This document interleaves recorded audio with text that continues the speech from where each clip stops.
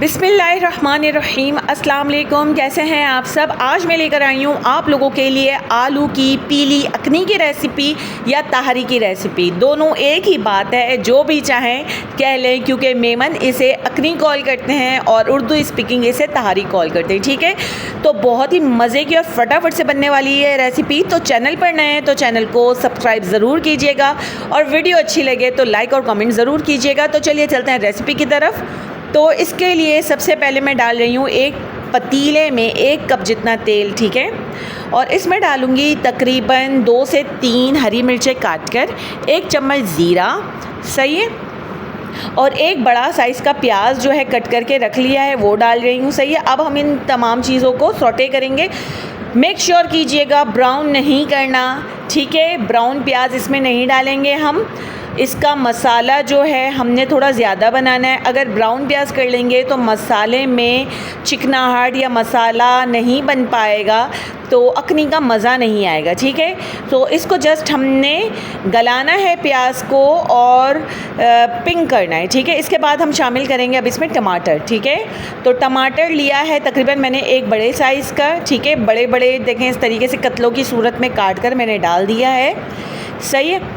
अच्छा, इस वाली तहरी की रेसिपी में मैं लहसुन अदरक का यूज़ नहीं करती और आप लोग इस रेसिपी से ज़रूर बना के देखिएगा। आप लोग बोलेंगे बहुत ही मज़े की चटपटी बनी है। इसके बाद मैं इसमें शामिल कर रही हूँ 4 अदद आलू। ठीक है, और इसको जो है थोड़ा सा कुक करूँगी कि हमारा जो है टमाटर भी गलता चला जाए और आलू भी कुक होते चले जाए। इसके बाद 1 बड़ा चम्मच मैंने डाला है हरी मिर्च का पेस्ट कह लो या कुतरी हुई हरी मिर्च कह लो या चॉप करी हुई कह लो। नमक डाल रही हूँ मसाले के हिसाब से। अब डालेंगे इसमें मोस्ट इंग्रेडिएंट हल्दी। ठीक है, हल्दी बहुत अच्छी क्वांटिटी में रखिएगा क्योंकि हल्दी से ही चावलों में कलर आएगा और बहुत आपकी कलरफुल अखनी या तहरी बनेगी। ठीक है, अच्छा टिप्स सारी नोट डाउन कर लें आप लोग। पहली टिप ये है कि आपने अखनी बनाने के लिए या तहरी बनाने के लिए हमेशा खुला बर्तन यूज़ करना है, ताकि जब हम चावल को डालें तो चावल जो है इसमें चिपके ना आपस में और बहुत अच्छे से चावलों में चमचा चलाना हमारे लिए इजी हो जाए। तेल और हरी मिर्च या तीखेपन की क्वांटिटी अच्छी रखनी है तो ही अखनी में जायका आएगा। सही है, तो ये सारी टिप्स नोट डाउन करें। आलू को मैंने गलने के लिए छोड़ दिया था 1.5 गिलास पानी डालकर। आलू मेरे ऑलमोस्ट डन हो चुके हैं। अच्छा, इसमें एक मैं सीक्रेट इंग्रेडिएंट डालूंगी, वो आपने लाजमी आगे देखना है कि वो मैं क्या डालूंगी। फ़िलहाल अभी हम इसमें शामिल कर रहे हैं भिगोए हुए चावल। ठीक है, चावल को तकरीबन 15-20 मिनट पहले मैंने भिगो दिया था। 2 कप मेरे चावल थे। ठीक है, अब ये देखें सीक्रेट इंग्रेडिएंट, आप लोग गैस करें क्या है। तो यार मैं ही बता देती हूँ क्या है। ये है मैगी मसाला। ठीक है, मैगी मसाला 1 चम्मच डाला है। इसके बाद चावलों के हिसाब से नमक डाला है।